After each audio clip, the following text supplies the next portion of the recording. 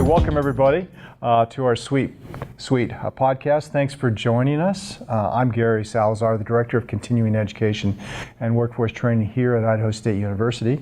We're part of the College of Technology, and we provide non-credit bearing courses to our community, things like workforce training, apprenticeships, and continuing ed for lifelong learning members.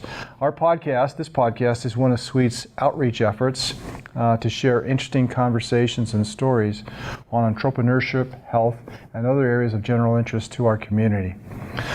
We hope you're going to find something of interest to you, something that will benefit you in your life and enrich it. Our format is going to be conversational in tone. We'll focus on the topic and our guests for 20 minutes. At the end of 20 minutes, we're going to wrap it up. And 20 minutes began when I said welcome, so we're well into this already. This is going to help us stay on topic and remain timely for you, so stay with us. Joining us for a conversation today is Stephanie Palagi. She is the Executive Director of Old Town Pocatello, and we'll be talking to her about the history, the present, the future of Old Town, the historic side. And so welcome, Stephanie. Thank you. Would you please talk a little bit about yourself, introduce yourself to the audience for us? Sure. Thank you for the opportunity to be here. I am a Pocatello native, so I've lived here my whole life. I had the opportunity to attend Pocatello High School, and I graduated from ISU. I have an associate degree and a Bachelor of Science degree with a double major. I have a son who's going to school here and a daughter who's also going to school here. So I have deep roots in our community and at Idaho State. Oh, that's terrific. And just as an aside here, because we have somebody who does work with us by the name of Scott Stevens. He went to Pokie High. Yeah. Do you know Scott Stevens? I do, yes. I do, yeah. Yeah, he knows everybody. Okay, well, great. Thank you again for being here. We're going to talk about Old Town Pocatello. And one of the first things I need to have the audience understand is, what is Old Town Pocatello? Can you help us with that? Yeah, that's a great question. So Old Town Pocatello is the historic heart of our community. We were a railroad town from the beginning, so our roots are in transportation and the railroad. And we are one of the most intact historic districts in the state of Idaho today. Old Town Pocatello Incorporated, which is the entity that I work for, manages a 27-block area in the downtown core. And so those are the Main Street, Arthur, Garfield. That's the area where we have those historic buildings. Mm-hmm. Some beautiful buildings down there. Rich history and architecture. Right. Yes. So all of that comes under your organization as you help to manage that? Yes. So we're a business improvement district. Okay. And what that means is in 1990, our city management at the time worked with the property owners downtown and decided that the area had become blighted and needed some revitalization, some love, and some care. So they established a business improvement district, and it's a statute in the state of Idaho that allows local governments to assess a special tax that's funneled through the city to an entity that manages the day-to-day activities of the district. And so Old Town Pocatello is contracted with the city, so we're not a city entity, but we are contracted with the city. We manage the day-to-day activities downtown in specific areas. So we work in design, which is the public art, the charming benches and trash cans, all of the aesthetic environment that you see in Old Town. We work in promotions and events. We will be hosting 40 events this year in Old Town. And that doesn't include the First Friday art walks that happen every month and the farmers market that happens every week throughout the summer. We work in economic development and economic, they call it restructuring, but it's really more focusing on recruiting and retaining businesses and making sure that we have a really good eclectic mix of businesses and attractions and things to do that bring people downtown. And then we also work, of course, on making sure that we run a good, solid, financially strong organization. We operate a trolley, so we provide public transportation during our events. We help maintain the parking lots, the parks that you see downtown, and do a lot of beautification to make sure that when you come downtown, you enjoy your experience. That's wonderful. That is very nice. That's a lot of work. How long have you been with this organization? I have been there for 15 years. Wow. If you can imagine, I know. My background is marketing and business development.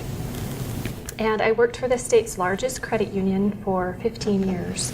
And I had the opportunity to make a career change to spend more time with my kids. And I was recruited by Old Town. Basically, it was a part-time job. Come down. We need somebody to be the face of Old Town that really has a good, strong background in marketing. Okay. And so I went from part-time to full-time, full-bodied marketing machine downtown. We work under the 4-point management model from the National Trust for Historic Preservation. So we work at the national level, we work at the state level, and of course we work at the local level.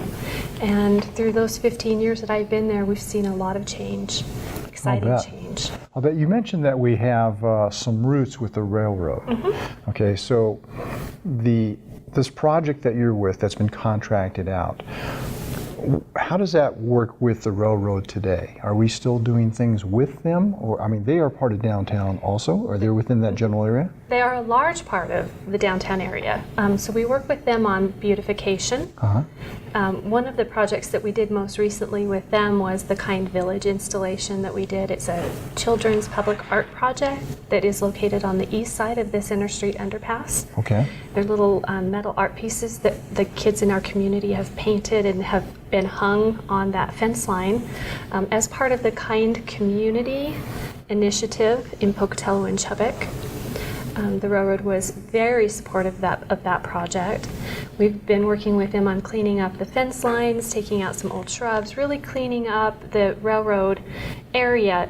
In the past, landscape architects and some of the railroad folks thought that screening was the best way to have the railroad operate in our community. You don't want to see it, you don't want to experience it. Well, our philosophy is different. We want the community, when they drive over the Benton Street overpass, or when they come to the Center Street underpass, or they're walking around the Old Town area, that they can see the working railroad. They can see the history and the roots of what's happened in our community and how important the railroad is. They're a major employer here as well. That's awesome. And so within this, I'm going to call this a community within Pocatello, right? I mean, because we have communities everywhere. You're working with different businesses and folks who want to help them keep the neighborhood up. You want to attract more business to it. Do you want to grow beyond that, or is it just kind of there? Yeah, so we have the historic core, which is the 27 block area. But when you ask people, where is Old Town, where is downtown? Is there a distinction? Do you have a map that says there's a red line where you cross and it's no longer Old Town, it's downtown? The whole area is downtown. We're just a little historic core. So we would like that core to grow and expand, and some of the things that we do, like the historic lighting, the hanging flower baskets, the street side benches, all of the events that we do, as our community continues to grow, we would like that core downtown area to continue to grow as well. And we're seeing that some of the businesses in our little outer areas, some border areas are really renovating and growing. You see Jim Dandy Brewing just opened last June. So we're seeing businesses that are really want to be part of Old Town, that are just a couple blocks away from our official area. So you're trying to attract more business in, am I right? Oh, absolutely. Yeah. Yes. What kind of challenges are you facing in trying to get more businesses to look at that district? Right now, one of the biggest challenges we have is the space that some of the folks are looking for. Our occupancy rate right now is 92%. So there isn't a lot of selection. We have 2 large buildings that are available right now, but smaller retail space in the 1,500 to 2,500 square feet is very limited right now. So we have folks that are saying, well, I want to be on Main Street. Well, we don't have space for you to have retail storefront on Main Street. Can we put you in a really cool building like Station Square? Or can we put you on the east side where that is just really gaining some really good momentum? So that's one obstacle. The other obstacle that we're facing as far as attracting businesses, we had 19 businesses open last year. We've had 7 open so far this year, and we have 6 more scheduled to open by the end of June. So we have our community, our economy is very strong, and that's being reflected right now definitely in the downtown area. That's pretty good. I mean, that's outstanding growth that any company would like to see. Yes. Yeah. Is the new introduction of our Northgate division, which is north of our town, does that have any kind of impact on what you're doing here in the historic side? That's a great question, because there's been a lot of debate in our community of what kind of an impact will that development have for downtown. And I've heard people say, oh, it's going to kill downtown. No, it's not. It's going to provide opportunity for us. As our community continues to grow and we attract more employers who are paying a higher wage, who are adding diversity to our community, the folks that are moving here, that are coming for the jobs that you're going to find in the Northgate area, that you're finding with the FBI, those folks are accustomed to having a really cool downtown. Mm-hmm.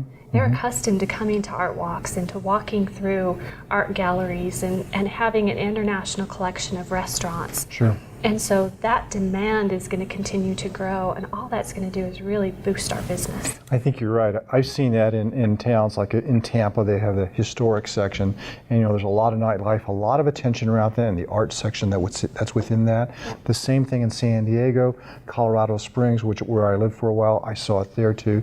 So I think you're on the right track with that, and just having more population coming in north of Pocatello is just going to provide another opportunity, like you say, for people to come enjoy something that is part of our history. So thanks for doing that. That's a tremendous amount of work. How many people are on your staff? That's another great question. Well, it's me. You are doing all of this. Yeah, I have an absolutely fantastic intern from ISU. Her last day is actually today. Oh no! She's been with me for the last semester, and I'll have another intern coming in August. But it's a bit of a challenge to do what we do with. Yeah, I can see one staff person. I'm wondering if there might not be room for some additional staff people. I love CPI interns. I love giving students an experience in the real world, marketing world. I actually truly couldn't do my job without the volunteers that I have. I have 4 wonderful committees. I have 2 boards of directors that I work with. And I certainly don't do it alone. I have talented, dedicated people in our community that help me with every event, that come in and do my bookkeeping now, and do so many things that help me be out in the community, that help us continue to add events each year. We've added 2, 3, 4. Last year we had 7 new events a year. We just continue to grow and expand and give people more reason to come downtown. That's awesome. One of the things that I've gone down to is when the farmers market opens up. I mean, I think that's just wonderful. And there was one day when it just went down a street. You closed off a street. Yep. How did that work out for you? Fantastic. I thought it was fabulous. Now, was that the day we had the Clydesdale parade in the middle of the market? I may have missed the Clydesdales. I didn't see those guys. There were so many people on Main Street with the horses coming through that it was inspiring for me to see, but it was a little daunting at the same time because there were so many people. We did that last year was the first year that we really tried to do. We did 3 big days on Main Street where we moved the farmers market to Main, and then added other things to do. So in June there's a car show that runs next to the farmers market. In July we do a flea market and an antique show with the farmers market on Main Street, and then in October we do the Great Pumpkin Festival, which is a fall harvest pie eating contest, just a really fun day on Main Street with farmers market. That's wonderful. Yes. That is really neat. When you think back, I mean, after 15 years of helping us develop this, you probably got a few favorites, a favorite project or a favorite story. Would you care to share 1 or 2 of those? So, I'm pretty passionate about everything that we've done downtown because I've got a lot of heart and sweat and tears sometimes invested in it. But I have to say that I think the most rewarding project we did was to acquire the property where the Old Town Pavilion is. The Old Town Pavilion. That's my office. So that's your where office. The farmers market is. Oh, that one. Yes. Yeah. Okay. We bought that property. We redeveloped it with a lot of help from our community, and so that gave the farmers market a home, and it gave Revive at 5 a home, and it's continued to allow us to add events like the car shows and the pumpkin festivals and the Gate City Brew Fest 1 and 2, and really have a gathering place downtown that hadn't been there in the past. That's really neat. Were you involved in any way with the, what is it, the Yellowstone, the bridge to the Yellowstone? Didn't they just take that over? The Yellowstone restaurant. The restaurant, right. Yeah. Was that something that you were working with as well? I've worked with the owners of that, the restaurant, the whiskey bar, and now the new Union Tap Room. I've worked with them for years. I consider them friends and great advocates for Old Town. They actually donated the creation of our mobile application, our mobile app, several years ago. And so we've had a great working relationship, and when they decided to get into the restaurant business and to renovate the entire main floor of the historic Yellowstone Hotel, it was exciting to see a fine dining establishment, a wonderful attraction, which is the 313 Whiskey Bar, the first whiskey bar in Pocatello, Chubbuck area. And now the Union Tap Room, 26 taps, a beautiful handmade bar. Really just that eclectic, fun, charming, higher end type business that we want downtown. That's awesome. I'd like to ask you if is there anything that's going on right now that you're aware of, or is there an interest in going towards getting the seniors more involved with some of this historic renovation and development? Sure. Are you aware of any right now? Well, as far as we host, so our car show, this year will be on June 8th, is a fundraising event for the Senior Activity Center. Oh, okay. And then throughout the year, we'll host the folks, the continuing education classes for the seniors in our community. We'll host walking tours. We've done trolley tours in the past with those folks. There is a deep appreciation for history in that demographic, and that's really important for us. Pocatello hasn't done a really great job about documenting our history. There's a couple books out there, and there's a lot of information on the website, but there's really we don't have a great collection of photography. We don't have a great collection of family histories. There's a lot that could be done as far as helping to retain and document our history. I think you're right. We know a gentleman. He works with us. In fact, he contributes to our blog, the What Do You Know, or Did You Know feature, Arlen Walker. I think he's a president of a historical something society. I'm not sure what his title is. I'm not sure what his title is, but I know he's been here in Pocatello. We have for a long time. We have Richard Albright, who's done a lot of black and white photography of the downtown area. There was a book published just 4 or 5 years ago that tried to document a lot of the history and did a really good job. I think we just need to continue to preserve the history. We have a beautiful historic high school downtown. We have buildings that, such as the Molinelli's building, the Franklin building, the Lewis building. There's so many buildings. We have the oldest passenger elevator is still working downtown, first and oldest. Where's that one at? It's inside the Kane building. The Kane building? Oh. We have the oldest wood structure in Pocatello is still standing downtown. It's home to Decadence Bike Shop. There's just so much history that we need to. One thing I would absolutely love to see downtown is a railroad museum. A railroad museum? Yeah, with the history with the railroad, Right. why not? Right. So we have the model railroad, and Historical Society has a working model railroad and some relics from the railroad, artifacts and pieces from the railroad. But we don't have a community our size, and we don't have a railroad museum. That would also be a great tourism attraction for the downtown area as well. So what do we need to get that thing going? Well, usually it's a funding question. Funding question. I'm pretty sure I could find the property. I'm pretty sure I could find a building. But from what I understand, a lot of the local Pocatello Railroad artifacts have been moved to Ogden in their museum. So Ogden has a railroad museum. So that seems like a long ways away to me. Right. Yeah, we ought to have our own. Have it here, right? So we need to get some folks who are interested in railroads. There's got to be a couple of buffs out there, some folks who'd like to help you with your big staff push this along. My big staff. Yeah. All right, so that is a great thing. I was going to ask you something along that line too. I mean, if you had your druthers, Stephanie, what kinds of new events would you like to attract here, or what kind of new projects would you like to be working on? I mean, is Sundance, something that's possible here, some version of Sundance, or something like that? Well, I think a couple of things that we're working on right now is our master plan. So we have been for the last 2 years outlining, and we have an architect firm here, Myers Anderson Architects, has been doing a number of drawings for us. They are creating, we as a group, a community, we have an outreach. Oh, I'm so sorry. We have to stop. I know. Yeah, we are at the end.